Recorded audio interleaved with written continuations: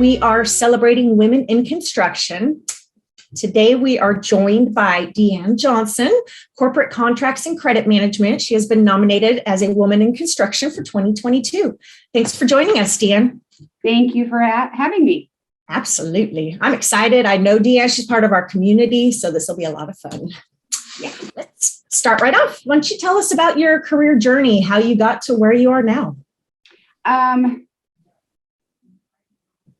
So my journey started in a weird way, and it's a pretty funny story when you think about it. I had previously worked for a shared executive suite company. The company I worked for, we would go into a Class A building and take over a floor and then offer sublease space to Fortune 5 and Fortune 50 companies, and we would offer support staff. So I went from leasing office space to running a very lean operating management system for this company to doing credit. And the leap was odd because the day I left that company, I had literally packed up my office. They closed their locations in Utah. And I had packed up my office and was leaving the building. I had my box in my arms, I'm walking out to my car and my phone rings. And it was this friend of mine who said, "Hey, I know you just left this job, but I've got a friend who's really needing somebody to do collections." And I said, I don't know what to do collections or not. I just got out of a high pressure industry, kind of wanted to take some time and think about it. She's like, "Well, she's really cool. Just call her. Just give her a phone call." So I got in the car, called my husband, and he's like, "Well, what could it hurt? Just give her a call." So I gave her a quick call, and the first phone call was 3.5 hours. Wow. This was on a Friday afternoon, of course. And so she called me on my cell phone on Sunday, and we had another 4-hour conversation. Wow. She asked me to come in on Monday to meet with her in person. And so I, sure, go in. She told me about some of the availability of classes and some more detailed is what I would be doing. And, she assured me it wouldn't be just collections. It would be credit and things that go in with credit. This was working for a trucking company in the parts department. So it involved UCC filings and, all these terminologies I'd never heard of before, but they piqued my interest, right? All the hard stuff. Exactly. So I went in and met with her. And after about 2 hours, she excused herself and went down the hallway and came back with the HR manager. And he says, "So here's your paperwork. Here's your keys to the office." And I went, "Oh, so I've got the job?" And she was just like, "Yeah." The interesting part about it is that my friend that actually introduced me to my new boss, her name was Karma. I've never even heard that as a name. I know. I was like, wow, okay. So Karma got me into this, right? So I can either applaud her or blame her, whichever. So from there, and that was with Kenworth Sales Company. I worked there for a few years. And then I took a little bit of diversion and went back. I have a degree in the medical field. So I went back. I had an opportunity to go assist someone who was trying to build a business for products for sleep apnea. Oh, okay. So I kind of took a little detour, went back into consumer and medical. That probably lasted maybe a year before the owner of the business decided that it was not going to work the way he had intended. So at that juncture, I started looking for other work and wound up at Roofer Supply, which I worked there for almost 16 years. Wow. Yeah, during which time I got my CCE, I got my bachelor's degree and my MBA. Got into not just because UCC are like liens, but for product. Mhm. Roofing, I got into the world of liens and lien laws and all the fun stuff that goes along with that. So Yeah, it's always going. exactly. All right. So what does a day-to-day life look like for you? Is it usually the same stuff or is every day different? In construction, there's no 2 days that are alike. In addition to now credit and collections, I also oversee AR and our front desk staff. And just because I wasn't busy enough, I decided to take on contracts management for my company. So, yeah. So a typical day for me starts around 7 a.m. in the office. And so it's processing credit applications with the help of my assistants, overseeing AR and cash application, calling customers around short pays or disputes, anything like that. In addition to that, I am mentoring, coaching, bringing up my team so that they are fulfilled and can step into a position at any time. And in addition to that, I throw in contracts just because, I'm crazy. So I could be in the middle of a 250-page contract and get a phone call from a customer and wearing multiple hats and day usually ends around 4:30-ish, depending on what's going on.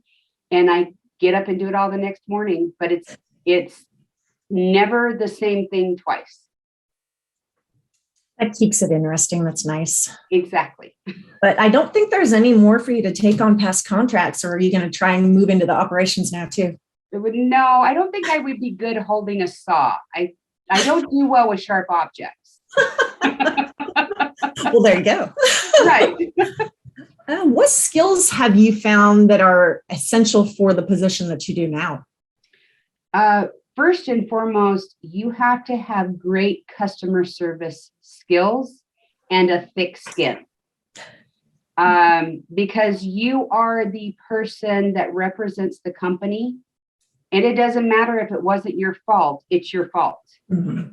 So you have to be able to understand, it's really truthfully not your fault, not take it personally, but also be able to talk to the customer, sharp customer service skills, good communication skills, whether either on the phone, in person, or via email, to make that customer understand your point of view without making them feel undervalued or that they don't get it.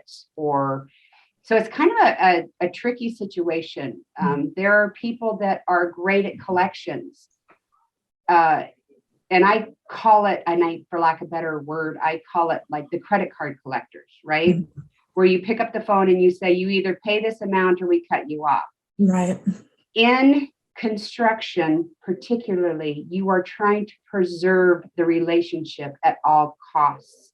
So you can't have that mentality. There is a point in time when, yes, you do have to divorce the customer, but you do what you can up until that point. The other thing about construction that is very interesting, and it doesn't seem to matter what part of the country you're in, if you deal with customer XYZ and you leave a bad taste in their mouth, they go tell 20 people. Mm-hmm. And that can definitely have an effect on your business. Mm-hmm. So you have to balance that. What is best for the business? What's best for our marketplace? Is this something that we can give a little, or do we draw that hard line in the sand and still be able to look at our other customers and say, we had to do what we had to do? I actually have, from my previous company, I actually have people that I literally took to court and sued, and they will still call me because that relationship was preserved. They understood that it wasn't personal, it was professional, and it was a business decision. Mm-hmm. And some people are like, it was best for them, for me to put them in that position to make them understand that they were just digging themselves a hole that they were never going to be able to get out of. Yeah. And your customer service also helps you, as you were saying, build your network, because the network is just as important. To be able to, as I call it, have somebody that can talk you down off the ledge, or you talk somebody else down off the ledge. You're at your wit's end. It's like, I've tried everything. What's my next step? To have somebody that does what you do in your corner, that can say, have you tried this? Or in a similar experience, I had luck with this. Again, it's that customer service. And if you don't give, don't expect to get. Absolutely. What do you think is the main challenge? I mean, you've pretty much talked about all of them, but is there any, let's say, internal with your company? Is there a major challenge internally, not just with the customers? For me, and again, this is my perspective. Having worked in construction for over 20 years now, the biggest challenge for me is getting people to that aha moment where they understand that just because they signed a credit application doesn't mean they have an account. Just because we went out and did the work doesn't mean we're going to get paid. My old boss had a saying that it stays stuck in my head till today, where everyone pays until they don't. You might have this wonderful contractor, and I wish I had a dime for every time somebody told me what one of my salespersons told me, well, they'll never not pay us. It's just one of those things where if you wouldn't hand your wallet to a stranger walking up the street, why would you expect your company to do the same thing? If we don't have ourselves protected, and as I call it, all our tools in our toolbox ready, which could be a lien, could be a credit application, a personal guarantee, a letter of credit, whatever that is, we don't have all that perfected and ready to go, we're behind the 8 ball before we even start. Right. So getting these people to understand that aspect of the business, because in truth, in construction, when you're working with salespeople and estimators, most of the time they started out at the ground level. They started out throwing shingles, or they started out, cutting concrete slab, or pouring concrete, or, putting up drywall or whatever. They don't see the entire business structure. So getting them to understand that you're not trying to be mean. You're not saying no because it's them. You always say no to my customers. No, I say no because it's not the right thing for the company. And I'm protecting your paycheck as much as I'm protecting the company. That reminds me of a time years and years past, my counter salesperson, I don't understand why you always have to say people aren't paying, or people say this or that, or they're mad at you and all that, until she had to fill in for me. I was at a conference and she had to basically do my job while I was gone. She goes, why does everybody lie to me? Right. She finally figured it out. Right. Let's see. Are you a member of any professional groups, associations, all those network mentoring groups that you were talking about? I am a member of NACM and Levelset. I also belong to several trade groups. And I'm also a member of, here in Utah, we have a group called, and people, it's an acronym that people don't understand. We call it Excel. It's ICEL. It's the Intermountain Credit Education League. So we basically specialize in bringing information to credit professionals, or those who work in our credit adjacent, so AR representatives, to bring them information on current laws that are happening within our state, or it could even be about how sleep is a necessary component of being a healthy person in order to do your job. You can't fill from an empty pitcher. You have to have self-care. So we try to keep it well-rounded.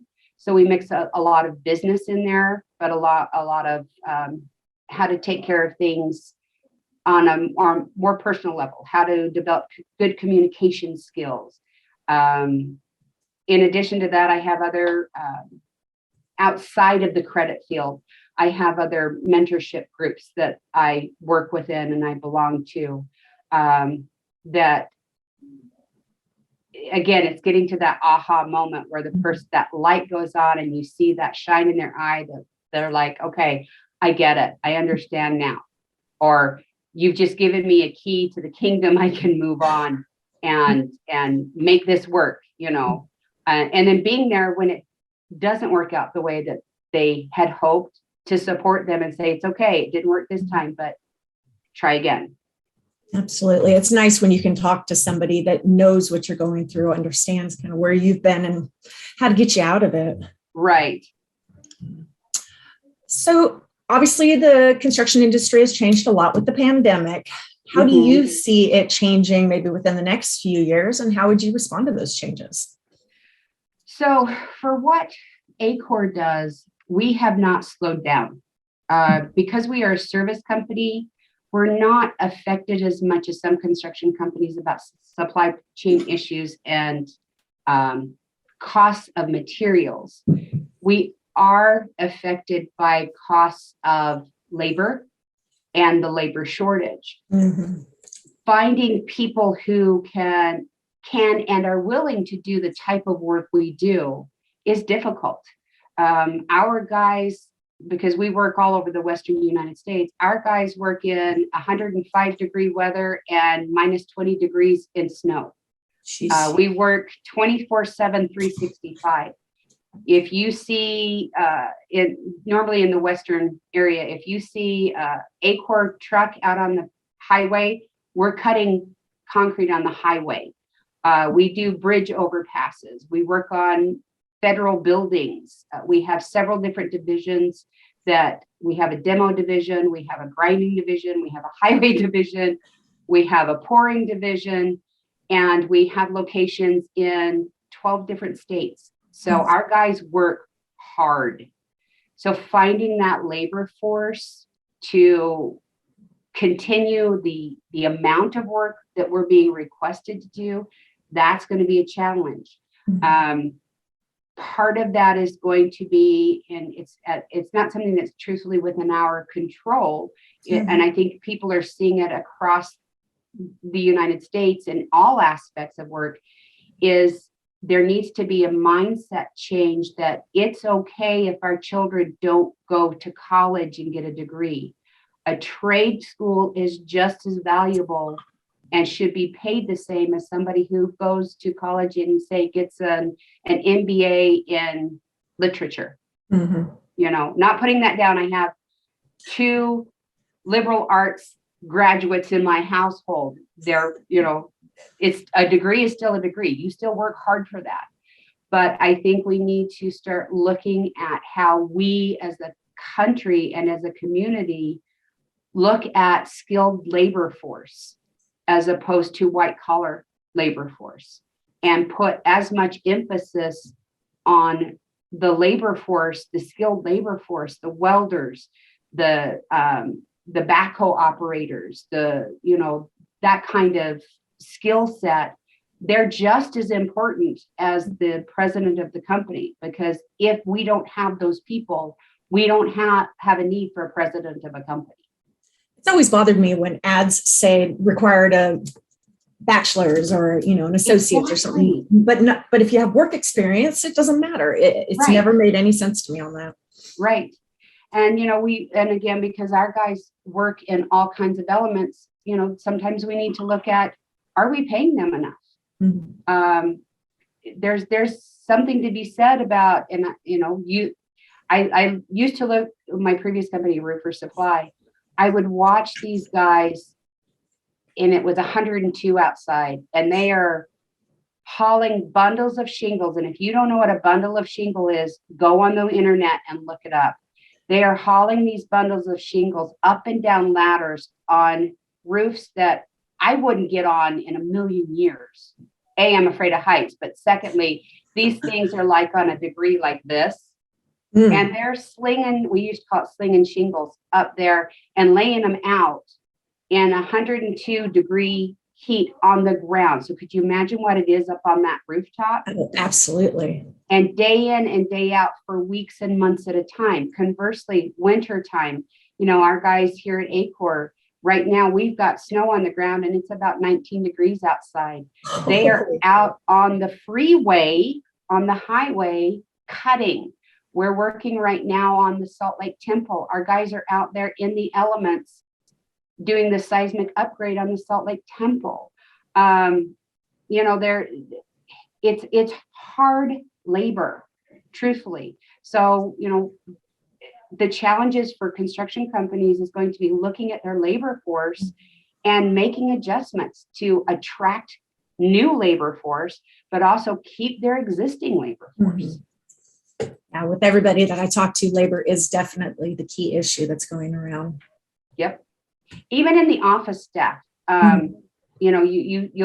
we're finding here it's hard to find even somebody like a receptionist.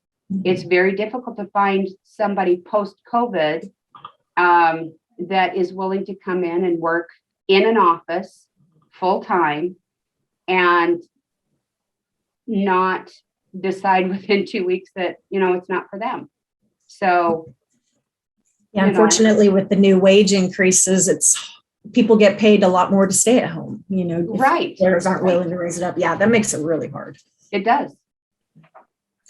So labor obviously is an issue, but as a woman, what do you think is the biggest challenge for women, if there is still, in the construction industry?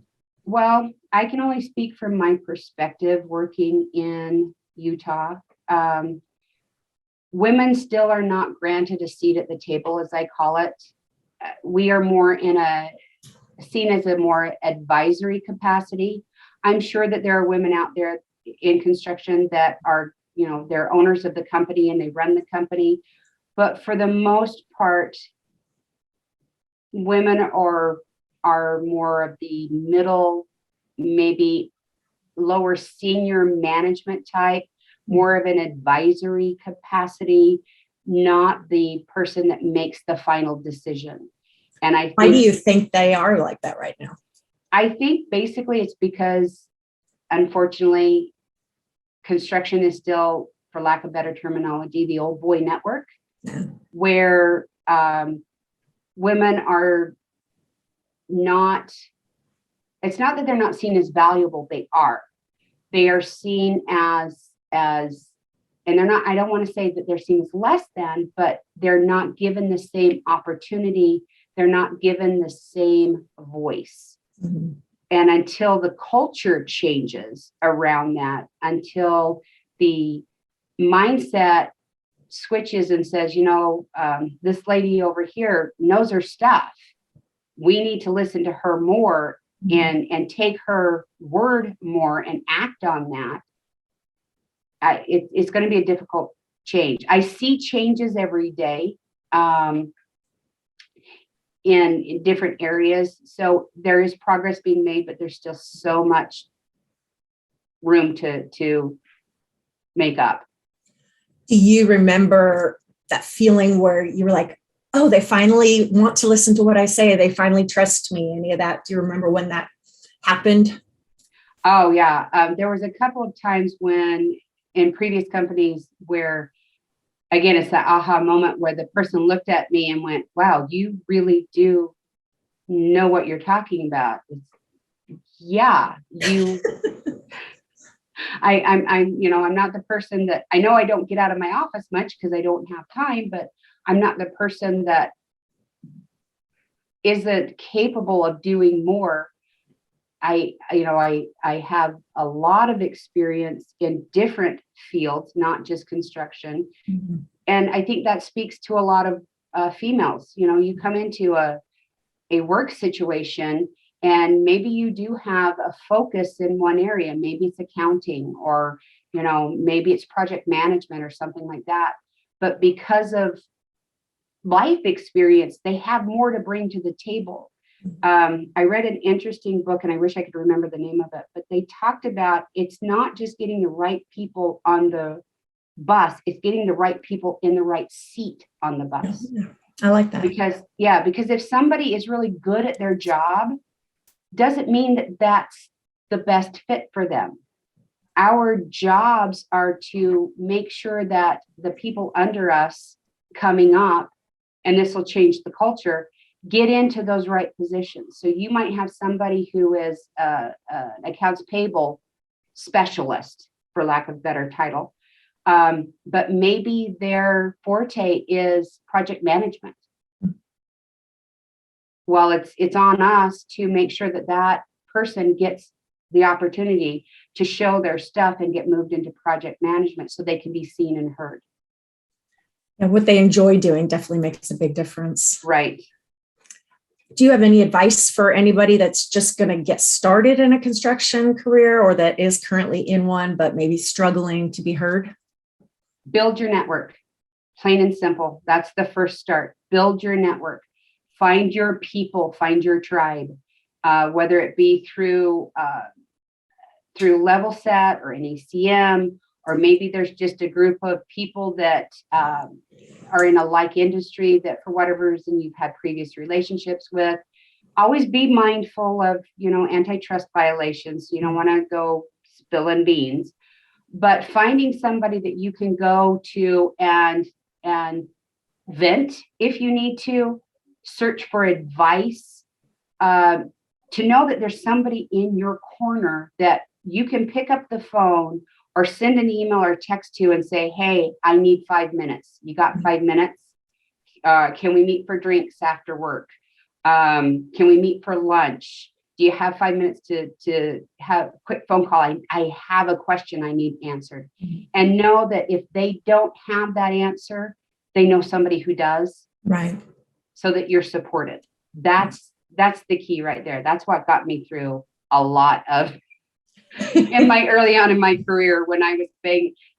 Because unfortunately, I joined construction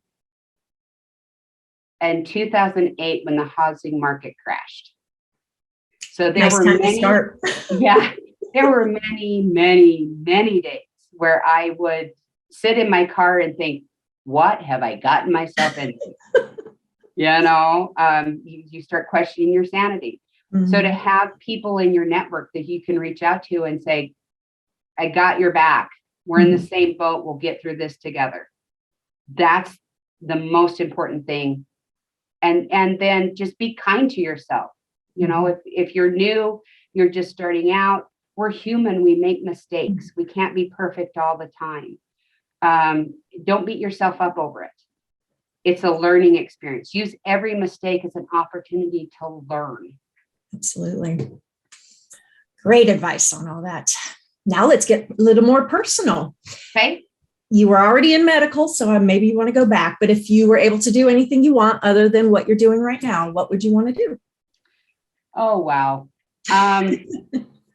Truthfully, my dream job was working for the Shared Executive Suite. I so enjoyed the interpersonal relationships with people. I did everything, people laugh at me, but I did everything from leasing office space to running phone lines. Oh, wow. I moved furniture. It was a very mentally, physically challenging job. And I loved it. I loved every minute of it. To get to meet people from all over the world and find out about different businesses and the mindset of the different cultures. It was fascinating to me. So I really did love that.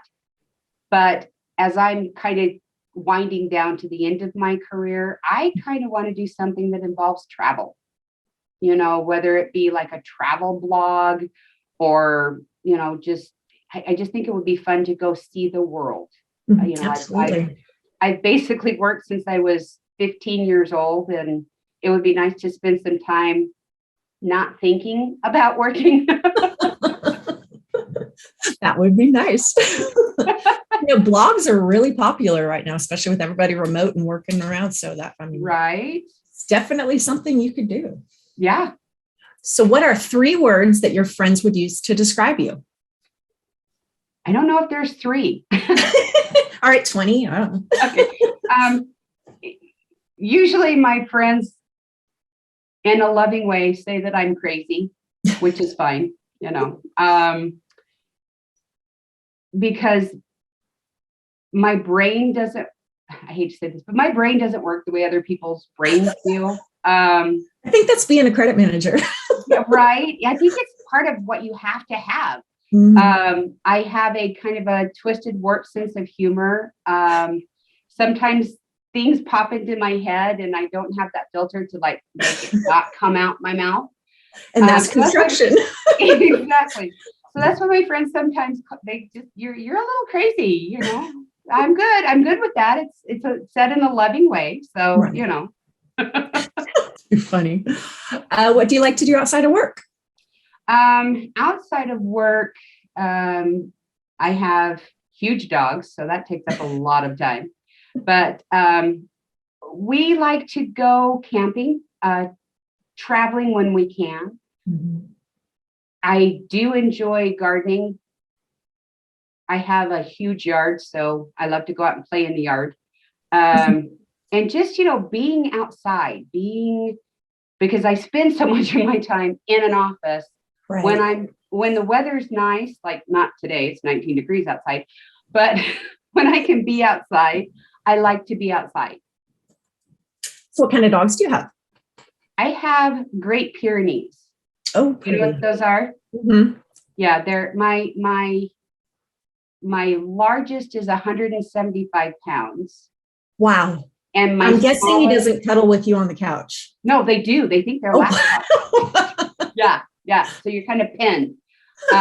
We have 3. So we have him, and then we have Mix, who's 120 pounds, and then we have another Mix that's just a little over 100 pounds. So yeah, I've got about 400 pounds worth of dog in my house at any given moment.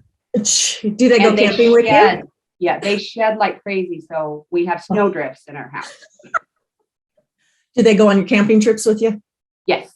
They do. Awesome. Yes, they do. That would probably scare the people that are around you. Well, and if you look them up, they are basically a livestock protection dog. So they have this big, deep bark, and they're intimidating because of their size, but they're basically big cuddle bugs. They're big babies. You'll have to share pictures of them with me later. Yes, I will. So what is the farthest that you've gone in your travels so far? The farthest that I have gone was actually Mexico. Mm-hmm. I've been to Quebec, and so I haven't really traveled outside of the United States per se. We've gone to Alaska and Hawaii. Mm-hmm. But my goal is I want to go to the UK and go see Ireland and Scotland. And my husband's family is from Sweden and Greece. So we have plans to do that once the COVID thing kind of damps down. I have this big fear of getting stuck somewhere. I've heard that's happening a lot to people. Yeah. That's not my idea of a good time. No.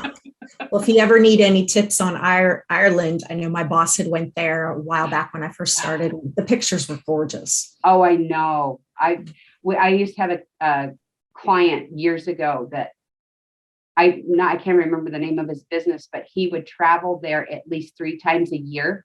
Oh, wow. And he would bring back pictures, and it's just, the greenery is just astounding. Yeah. I think a lot of castles too. Yes. Yeah. Yes, definitely. So we kind of talked about it a little earlier, but what is next for you in your career? Right now, as I said, I'm kind of moving into contracts management, kind of seeing what that looks like. But, I am at the end of my career. So not saying that I'm going to go away forever, but definitely looking at what the future holds. Short term is contracts, credit and collections, AR, whatever I can do. But, what is the next adventure? I tell people I haven't, and, I said I was in the medical field. I have had several career life events in my life. I mean, I've been in medical. I've worked for the government. I have, worked in construction. I've worked for, I actually worked for some credit card companies for a while. That's why I feel comfortable saying credit card collector. So I'm not opposed to seeing what's on the horizon next. I think it would be fun to get into something that is more mentor-based, and maybe some public speaking type engagements. I think that would be fun. Absolutely. I think you'd be good at that too. Oh, thank you. Well, you're just natural. You're natural at it. Well, that is all the questions that we have for you today, but I want to thank you so much for joining us. Congratulations on your nomination. Thank you. We will be sending you some little goodies for you to share with your coworkers, and your video and article should be published probably the second week of March. Perfect. Thank you so much, Lori. I so appreciate you. Thank you. I appreciate you too.